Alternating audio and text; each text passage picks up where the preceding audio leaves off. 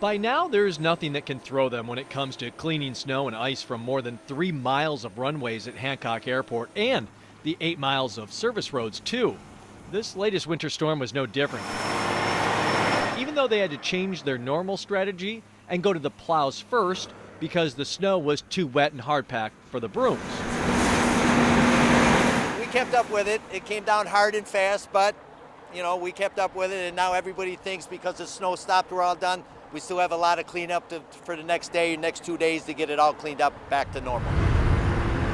Especially with the strong winds today blowing snow back on all the pavement they've been clearing for the planes. Smurl says in his 28 years out here, the airport has never shut down once that he can remember because of bad runway conditions. He and his crew, he says, have this thing down to a science. We have to work with the tower to get out there in between flights and everything, to keep the runway open.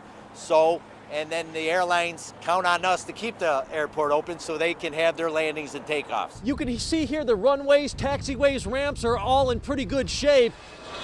No problem getting out of here. And the last few planes that touched down, well, they reported good braking conditions too. To get that kind of report when we're on the radios and we hear the pilots land and say braking was good, that's a little pat on our back saying that we're doing a pretty good job.